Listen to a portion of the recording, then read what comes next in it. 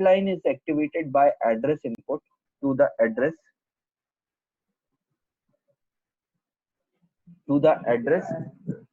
Decoder. मतलब जो address decoder है उसके अंदर आप है ना एक तरीके से एड्रेस इनपुट करेंगे। Activate word line close both the transistor, मतलब T1 और T2 जैसे मैंने आपको पहले भी दिखाया था एनोटेशंस के द्वारा कि अगर हम लोग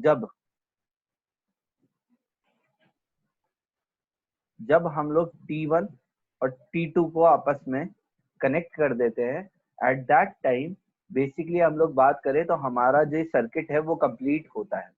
तो T1 और T2 बोथ द स्विचेस को जिस टाइम आप स्विच को बंद कर देंगे उस समय क्या होगा, this will activate the word line close both the transistor T1 and T2। उसके बाद है then the bit values at point A and B can transmit to their respective bit line। मतलब A और B की तरफ जो bit line है आपकी उसमें आपका जो डेटा है वो फ्लो कर सकता है, यानी बिट की values from point A two point B फिर बाद में ट्रांसमिट हो सकती है, क्योंकि यहाँ पे जो बीच में लगे हुए हैं उसकी वजह से तो ना तो इस साइड कोई डेटा आ सकता है ना उस साइड कोई डेटा जा सकता। वहीं पे the sense slash write circuit at the end of the bit line sends the output to the processor। मतलब जो भी आपके प्रोसेसर, जरूरी नहीं है कि आपके सिर्फ और सिर्फ हम सीपीयू की बात कर रहे हैं यहाँ पे। अगर से सपोज ये है आपकी कोई भी की प्रेस करी गई है यहाँ से, मतलब आपकी की के रूप में जैसे से सपोज मैंने अगर ABCD प्रेस किया मेरे कीबोर्ड के ऊपर, तो रैम को अगर हम यूटिलाइजेशन देखें तो इसका डेटा इस साइड तक जब तक नहीं पहुंचेगा ABCD के रूप में, जब तक कि ये जो ट्रांजिस्टर्स है 1 और 2 जब तक ये दोनों एक दूसरे से क्लोज नहीं होंगे, ठीक है। तो B से लेके B डैश तक जो जाएगा ना आपका डेटा, वो बेसिकली अगर हम लोग बात करें तो वो तभी जा सकता है कि यहाँ से जो डेटा जनरेट हुआ वो यहाँ से वर्ड लाइन से होते हुए यहाँ पे जाएगा, और जो आउटपुट जनरेट होगा, ठीक है। एक तो जैसे एक होता है ना every action has a equal and opposite reaction kind of a thing है इसके अंदर, कि आप कोई इनपुट दोगे तो आपको आउटपुट के रूप में जो चीज आएगी वो आपको वापस से इसी चैनल के थ्रू प्रोसेस होगी। मतलब यहाँ से आपने कुछ इनपुट दिया, वो यहाँ से ट्रेवल करके जाएगा यहाँ पे, फिर इसकी तरफ से कोई इनपुट जनरेट होगा जो इसके लिए इनपुट है लेकिन इसकी तरफ से हमारे लिए आउटपुट है, तो वो आउटपुट यहाँ से ट्रेवल होके वापस से इस तरफ पे जाएगा। अब हम लोग बात करें नेक्स्ट है राइट ऑपरेशन क्या होता है। राइट ऑपरेशन जो है the address provided to the decoder activates. मतलब आप अगर मैंने ए दबाया ना तो सामने है ना ए ही आना चाहिए। ए दबाने पे अगर BCD आ रहा है तो इसका मतलब जो एड्रेस है वो बिल्कुल भी सही ग्रैब नहीं कर रहा है, मेरा जो सिस्टम है वो सही एड्रेस को नहीं पकड़ रहा है। The address provided to the decoder activates the word line to close both the switches. अब ये जो आपके ट्रांजिस्टर्स दिख रहे हैं ना, ये ट्रांजिस्टर्स जब जैसे अगर हम लोग बात करें ये बिल्कुल वैसी चीज है जैसे जो 5 साइड वाले जिसके अंदर डिफरेंट डिफरेंट वो आती थी, निब्स आती थी पेनों की, जो डिफरेंट डिफरेंट कलर्स की आती थी, तो हम 2 पेन की निब्स को एक साथ निकालने की हमेशा कोशिश जो करते थे, अगर वैसा कुछ अगर हम लोग करने की कोशिश करेंगे और एक पर्टिकुलर एड्रेस नहीं होगा ना, जिस जो डिकोडेड एड्रेस है वो कोई एक पर्टिकुलर जगह का नहीं होगा, तो ये जो स्विचेस है ना ये बंद होने के बाद भी अपन को कोई फायदा नहीं देंगे। इसके बाद then the bit value that to be written into the cell is provided through the write circuit and the signal in the bit line are then stored in the cell। मतलब आप जैसे ही जो भी आपकी बिट वैल्यू जनरेट हुई, जैसे अभी अगर हम लोग देखें बिट वैल्यू से क्या समझ में आ रहा है, देखो पहले कंप्यूटर्स आते थे 8 बिट, फिर आए 16 बिट, फिर आए 32 बिट, अभी आए 64 बिट्स, यानी अभी सबसे लेटेस्ट जो हम लोगों के सबके पास है वो 64 बिट है, लेकिन उससे भी ऊपर आ चुके हैं अब जो कंप्यूटर्स है वो उससे भी ऊपर 128 बिट्स के ऊपर आ चुके हैं। तो अगर हम लोग देखें तो पहले जब चलता था ना राइट ऑपरेशन, तो वो 8 बिट्स के ऊपर चलता था। तो जो बिट वैल्यू है ना, वो उसी को रिप्रेजेंट कर रहा है कि कितने बिट का आपका प्रोसेसर काम कर रहा है। तो bit value that to be written into the cell is provided through the write circuit. मतलब ऊपर वाला जैसे चीज होगी ना, जब जाके आपकी इस रैंडम एक्सेस मेमोरी के अंदर वो चीज को लिखा जाएगा। अब हम लोग देखें नेक्स्ट थिंग।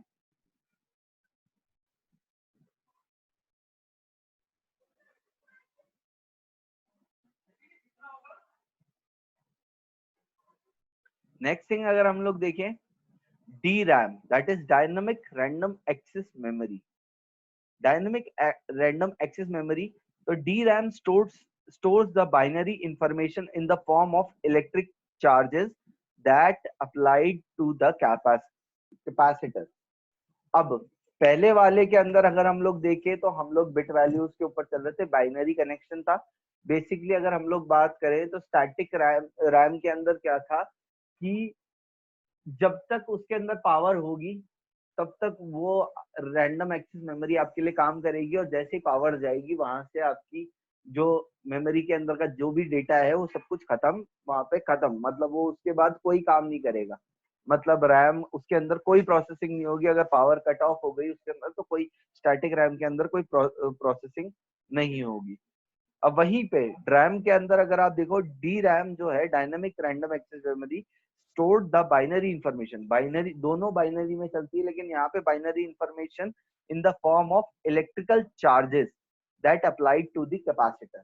मतलब इस वाली मेमोरी के अंदर छोटे छोटे कैपेसिटर होते हैं, और बेसिकली अपन लोग बात करें तो ये छोटे छोटे इलेक्ट्रिकल चार्जेस से उसके अंदर इंफॉर्मेशन को स्टोर करता है।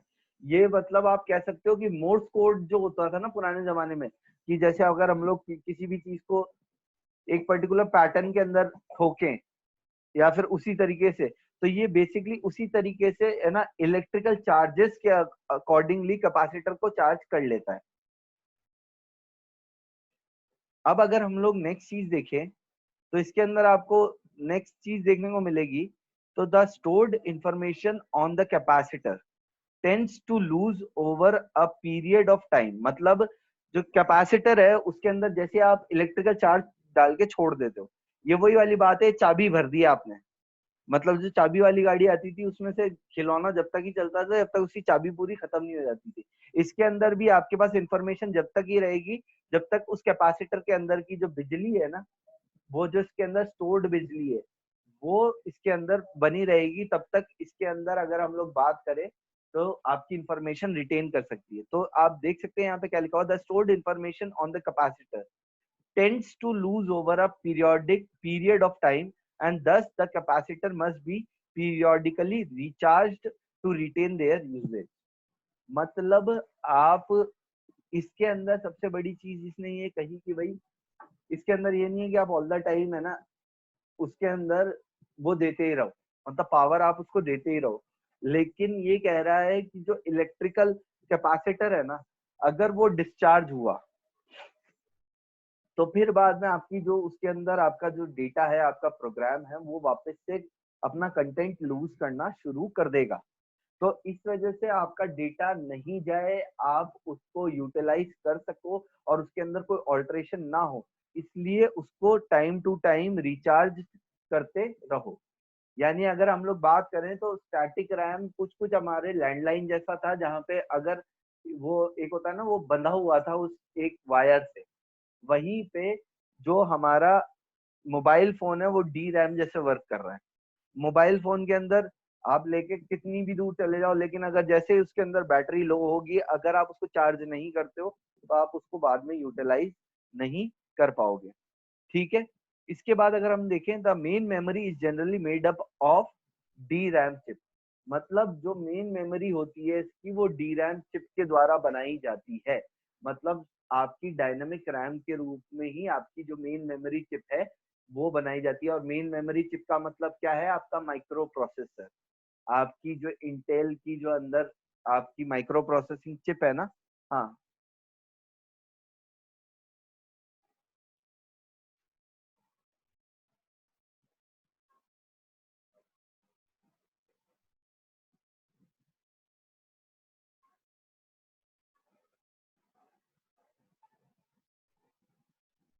अब अगर हम लोग देखें तो माइक्रो प्रोसेसिंग जो चिप होती है ना हमारी डी रैम की, तो उसके हिसाब से हमारी मेन मेमोरीज को बनाया जाता है, जिसके अंदर बेसिकली हमारा जो बूटेबल जो इनिशियलाइजेशन वाला जो प्रोग्राम होता है वो डी रैम के थ्रू ही हम लोग रखते हैं।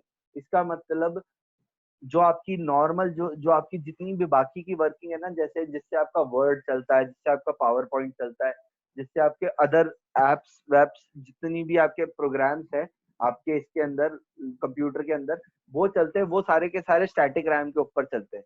लेकिन जो आपका इनिशियल बूटिंग वाला जो प्रोसेस होता है ना, इंटेल की चिप का जो बूटिंग प्रोसेस होता है, जो हमारे प्रोसेसर का जो बूटिंग प्रोसेस होता है, वो डी रैम चिप के द्वारा ही चलता है। अगर हम लोग देखें, नेक्स्ट देखें तो इसके अंदर अगर आप देखोगे तो अब डी रैम मेमोरी सेल कैसा दिखता है। अब यहाँ पे आपको एक और चीज देखने को मिलेगी कि आपको एक चीज दिखेगी यहाँ पे बिट लाइन और वर्ड लाइन, इन दोनों के अंदर एक तो कैपेसिटर और एक ट्रांजिस्टर।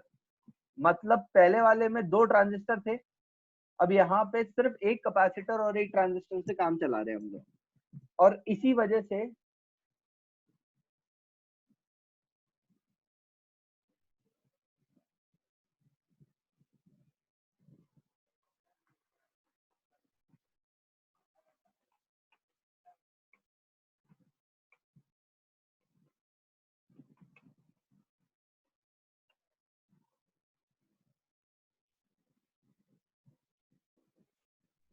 तो अगर हम लोग यहाँ पे देखें तो आपको देखने को मिलेगा कि डी रैम के अंदर आपको एक तो बिट लाइन मिलेगी और यहाँ पे एक वर्ड लाइन मिलेगी।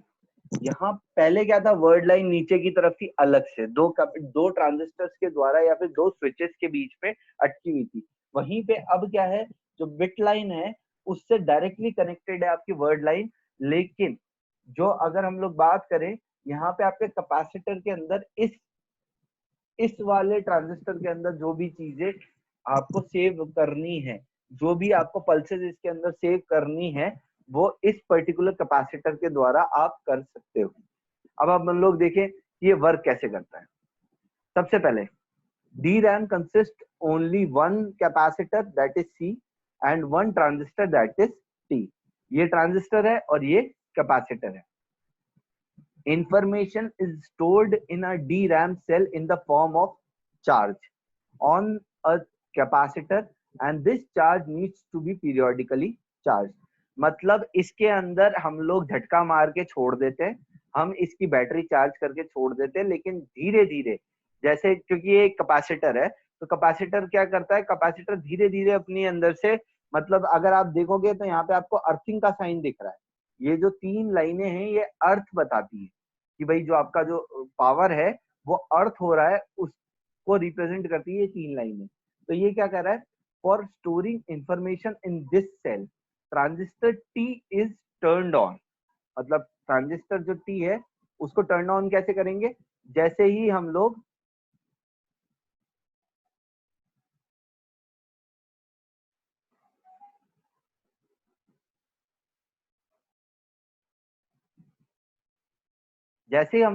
इस चीज को कनेक्ट कर देंगे, वैसे के वैसे ही ये टर्न ऑन हो जाएगा। जैसे ही हम लोग इसको टर्न ऑन करने के लिए सिर्फ हम लोग को करना क्या है, वर्ड लाइन को ऊपर से नीचे प्रेस करना है और ये वाला सरफेस इस वाले सरफेस से जुड़ जाना चाहिए। ठीक है। For storing information in this cell transistor T is turned on and an appropriate voltage is applied the to the bit line. जैसे आप इसको वो करोगे तो इस बिट लाइन को हम लोग एक अप्रोप्रिएट वोल्टेज देंगे। जैसे हम लोग अप्रोप्रिएट वोल्टेज देंगे तो इससे क्या होगा कि ये बिट लाइन, जैसे ये वर्ड लाइन नीचे जाएगी तो ये कंप्लीट सर्किट बन जाएगा। कंप्लीट सर्किट के अंदर क्या होगा कि इस पर्टिकुलर वर्ड लाइन और इस ट्रांजिस्टर के अंदर आपका पर्टिकुलर डेटा भर जाएगा और वो डेटा जो है वो किस में भरेगा, एज ए इलेक्ट्रिकल सिग्नल, जो कि इस कैपेसिटर के अंदर, इस वाले कैपेसिटर के अंदर एक पर्टिकुलर वोल्टेज जमा हो जाएगी, जो कि इधर जो भी इंफॉर्मेशन है उसको रिटेन करने में मदद करेगी, उस इलेक्ट्रिकल पल्स को बनाए रखने में मदद करेगी। is applied to the bit line. This causes a known amount of charge to be stored in capacitor. मतलब जितना चार्ज इस कैपेसिटर के अंदर स्टोर होगा ना, वो ही आपकी इंफॉर्मेशन है। ये बिल्कुल वही है कि एक तरीके से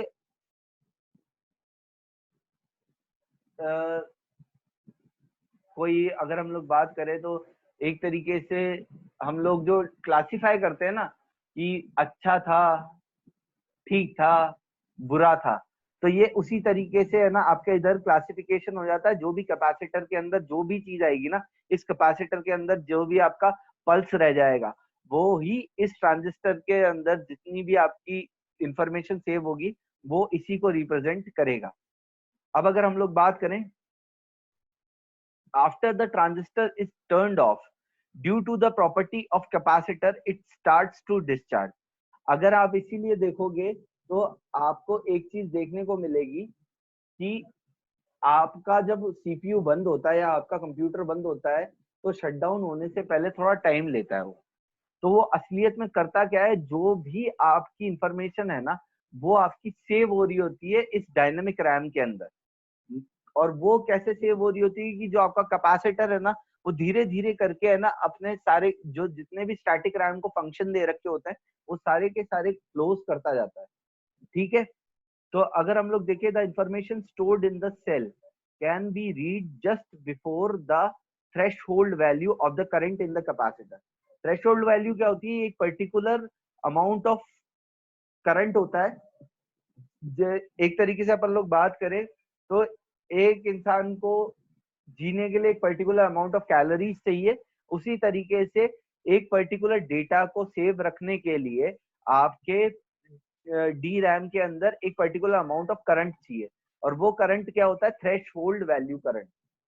थ्रेशहोल्ड वैल्यू मतलब जिससे नीचे जाते ही आपका सारा का सारा डेटा खत्म हो जाएगा, वो डेटा आप कभी भी रिट्रीव नहीं कर सकते। अब हम लोग देखें, there are different different type of D RAMs जो कि आपको देखने को मिलेगी।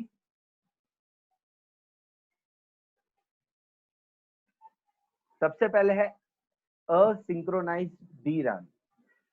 अभी जो हम लोगों ने इससे ऊपर वाला देखा तो उसके अंदर कोई सिंक्रोनाइजेशन नहीं था।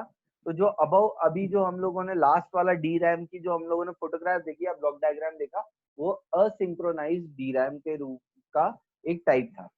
तो अगर हम लोग देखें, the timing of the memory device is controlled by synchronously. मतलब इसमें कोई सिंक्रोनाइज्ड मैनर में नहीं होता।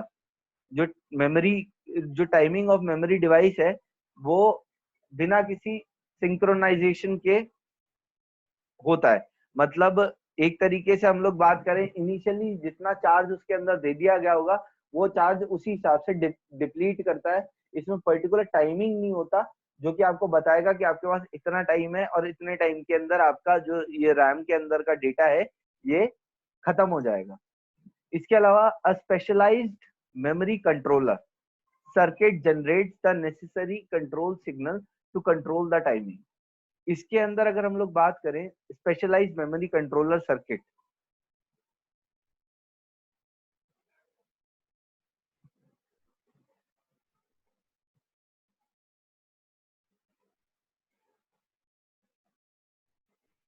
अगर हम लोग यहाँ पे देखें तो a specialized memory controller circuit generates the necessary control signals to control the timing।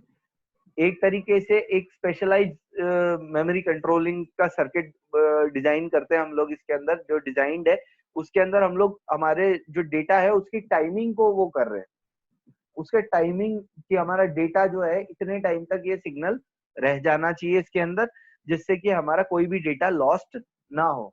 The CPU must take into account the delay in the response of the memory.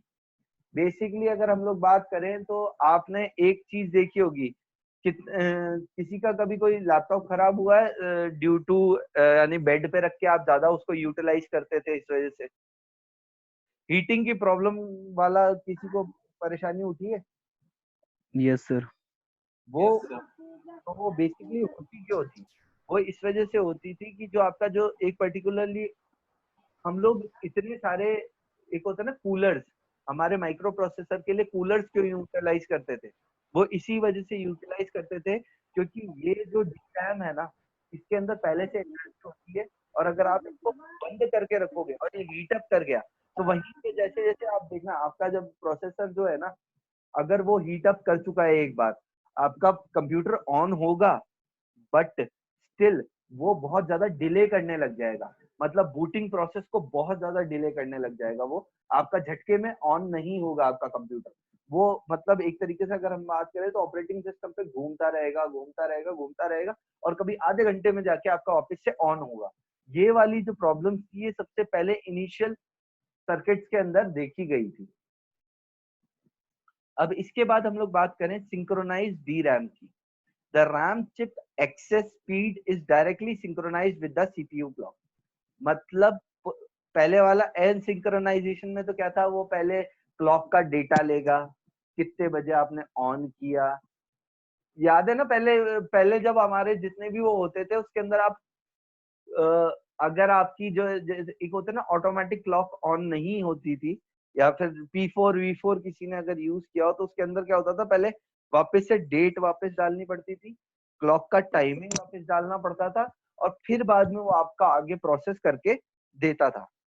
वहीं पे जो सिंक्रोनाइज है उसके अंदर क्या है, जो सीपीयू की आपकी क्लॉक है ना, ये कब बंद किया आपने और कितने घंटे बाद आप वापस शुरू कर रहे हो, वो पहले से सिंक्रोनाइज करके रखेगा, जिससे कि जो एसेंशियल डेटा है ना, कि जो कैशे मेमोरी में आपके बनता रहता है कि आपने कितने बजे आपका कंप्यूटर ऑन किया था, कितना टाइमिंग कंप्यूटर को ऑन होने में लगा, या फिर इस पर्टिकुलर सर्किट में से कितने बजे या फिर कितने टाइम के अंदर ये सर्किट ऑन होना चाहिए। अगर पूरा का पूरा सर्किट आपका सिंक्रोनाइज्ड है, तो सीपीयू क्लॉक के साथ, तो आपको ये बहुत ज्यादा तेजी से आपका काम करना शुरू कर देता है, क्योंकि ये डायरेक्टली कनेक्टेड है, ये आपका डायरेक्टली कनेक्टेड रहता है सिंक्रोनाइज DRAM। अब for this the memory chip remains ready for the operation when the CPU expects them to be ready. जैसे ही इसके अंदर मेमोरी चिप आपकी पहले से खड़ी रहती है, जैसे ही सीपीयू कहता है कि भाई हाँ, मुझे ये ऑपरेशन जल्दी से परफॉर्म करना है, मतलब मुझे क्लॉक्स को लगा देना है, मुझे इसको है ना GUI दे देना है बंदे को, है, और जो बूटिंग जो है और साथ के साथ जितने हार्डवेयर है उनको चेक कर लेना है। क्योंकि अगर आपको एक चीज पता होनी चाहिए कि before starting of your computer, even जब तक आपका कंप्यूटर जिस समय आप बटन दबाते हो ना अपने कंप्यूटर का, या फिर जिस टाइम आप उसका पावर ऑन करते हो, तब से लेके वो जो 2 सेकंड या 3 सेकंड या 8 सेकंड, मैक्सिमम 8 से 10 सेकंड के अंदर आपका जो कंप्यूटर स्टार्ट होता है, या 30 सेकंड के अंदर आपका जो कंप्यूटर स्टार्ट होता है, उससे पहले वो बहुत सारे पीछे पीछे प्रोसेस कर लेता है। मतलब वो जितने हार्डवेयर, जितनी चीजें उसमें जुड़ी हुई होती है, सबको चेक कर लेता है। और वो चीज पॉसिबल किससे हो पाई, बिकॉज सिंक्रोनाइज DRAM हम लोग ला पाए। ठीक है, तो इसका मतलब क्या है कि जैसे ही नेक्स्ट ऑपरेशन पे जाना होता है, उससे पहले उसकी मेमोरी खाली हो चुकी होती है, और वो बता देता है कि हाँ भाई, आप नेक्स्ट ऑपरेशन पे जा सकते हो। These memories operate at CPU memory bus without imposing weight state। मतलब जो सीपीयू की मेमोरी बस है, मतलब सीपीयू जो है ये इंटरनल बसेस की बात कर रहा है, या इंटरनल प्लेसेस जहां से आपके सीपीयू से आपका मेमोरीज को कनेक्ट किया गया है। तो ये जो DRAM है आपकी सीधे सीपीयू से कनेक्टेड है विदाउट इम्पोजिंग वेट स्टेट। मतलब ये नहीं है कि ये मतलब हर एक इंडिविजुअल गाड़ी के लिए, हर एक इंडिविजुअल कंपोनेंट के लिए इसके अंदर एक इंडिविजुअल बस सेक्शन है, जिसमें इसका पूरा का पूरा जो डेटा इनपुट एंड आउटपुट हो सकता है। मतलब अगर मैं बात करूं तो एक लैपटॉप के बदले एक डेस्कटॉप के अंदर एक पर्टिकुलर पोर्ट है, या फिर एक पर्टिकुलर बस पोर्ट है जो आपके मदरबोर्ड से कनेक्टेड है for the keyboard. There is another bus bus port जो कि आपके इसके लिए कनेक्टेड है, आपके माउस के लिए, और डिफरेंट उनके लिए। ठीक है, अब अगर हम लोग बात करें तो SDRAM is commercially available as a module incorporate multiple SDRAM chips and forming the required capacity for the module. Basically अगर हम लोग सर बात, हाँ बोलो। सर आपकी वॉइस लगातार बहुत ज्यादा ब्रेक हो रही है, कुछ भी समझ नहीं आ रहा है काफी देर से। वॉइस ब्रेक हो रही है। हाँ सर बहुत आई ज्यादा। थिंक इसके नेटवर्क इशू होगा सर, मेरे को आ रही है। अच्छा चलो कोई नहीं, मैं वैसे भी इसकी वो भेज दूंगा आप लोगों को, ठीक है। अब ओके सर। अब यहाँ पे देखो कि नेक्स्ट है double data rate S D RAM. मतलब डीडीआर जो अभी आ रही है ना अपनी, जो अभी डीडीआर आ रही है वो क्या है हमारा, डबल डेटा रेट। इसके अंदर क्या है, this faster version of S D RAM, मतलब ये होने को तो एस डी रैम ही है, सिंक्रोनाइज डी रैम ही है, लेकिन डबल डबल डेटा रेट के ऊपर चलती है। This is the faster version of S D RAM, perform its operation on both edge of the clock signal, whereas a standard SD RAM perform its operation on the rising edge of the clock signal. मतलब basically अगर हम लोग बात करें तो इसके अंदर दो, यानी जो रैम है ना आपके, एक एसडी रैम अलग से अपना काम कर रही है, और साथ के साथ there is another SD RAM जो कि क्लॉक के, यानी जब जिस टाइम आपने क्लिक किया वो तो क्या हुआ आपका edge of the clock signal, और sorry rising edge of the clock signal, और दूसरा जब आपका वो ऑपरेशन परफॉर्म हो गया वो है आपका edge of the clock signal, ठीक है। अगर हम लोग बात करें, since they transfer data on both edge of the clock, the data transfer rate is doubled. मतलब इसके अंदर दो रैम आपकी काम कर रही है एक साथ। मतलब जिस टाइम आपने पहला इनपुट दिया और कितनी देर में वो आपको आउटपुट दे रहा है, ये पूरा का पूरी चीज जो है वो आपकी डबल स्पीड के द्वारा काम करना शुरू करती है। To access the data at higher rate, the memory cells are organised into two groups, each group is ascendant separately. मतलब पहले तो इनिशियल इनपुट देने का समय और आउटपुट आने का समय, इनपुट देने का समय, आउटपुट आने का समय, इन दोनों के लिए एक अलग अलग सेक्शन की मेमोरीज आपने बना दी है। मतलब rather than using a single S D RAM, आप वहीं पे क्या यूज कर रहे हो, दो एस डी रैम। दो एस डी रैम, एक तो इनिशियल क्लिकिंग या फिर इनपुट के लिए, और आउटपुट कितनी देर में आया उसके लिए। समझ में आया? बेसिकली जो टाइमिंग की बात कर रहे हैं, टाइमिंग का मतलब क्या है यहाँ पे, टाइमिंग ये है कि मैंने अगर कोई ऑपरेशन के लिए एंटर मारा तो कितनी देर में मुझे रिजल्ट दे रहा है, या कितनी देर में वो परफॉर्म होके मेरे सामने आ रहा है, ठीक है। उसको कहते हैं initial and final timing. Now next one is रैम्बस D RAM, that is R D RAM. रैम्बस D RAM के अंदर अगर हम लोग बात करें, the R D RAM provides a very high data transfer rate over a narrow CPU memory bus। ये basically हमारे जो लैपटॉप्स होते हैं ना, इसके अंदर ज्यादातर आजकल डाली जाती है, कि मतलब क्योंकि हमारे लैपटॉप्स के अंदर अगर आप देखोगे तो एक छोटा सा मदरबोर्ड है, उसमें सब कुछ आपको एक तरीके से एक साथ इम्प्लांट करना है, तो आप ज्यादा बस में यानी मेमोरी बसेस क्रिएट नहीं कर सकते एक छोटे मदरबोर्ड के अंदर। तो सेम चीज के लिए इसने कहा है, it uses various speed up mechanism like synchronize memory interface, caching inside the D RAM chip, and very fast signal timing. अगर हम लोग देखें, the Rambus data width is 8 और 9 बिट। जो रैम्बस डेटा जो भेजता है एक ही बार में, वो 8 या फिर 9 बिट्स के ऊपर आपस में एक्सचेंजिंग करता है, ठीक है। सबसे बड़ी बात ये बेसिकली सिर्फ और सिर्फ इसके अंदर ये नहीं हो रहा है कि आप है ना रैम की आपने पोर्ट बढ़ा दिए, हर एक को आपने इंडिविजुअल इंडिविजुअल वो दे दिया।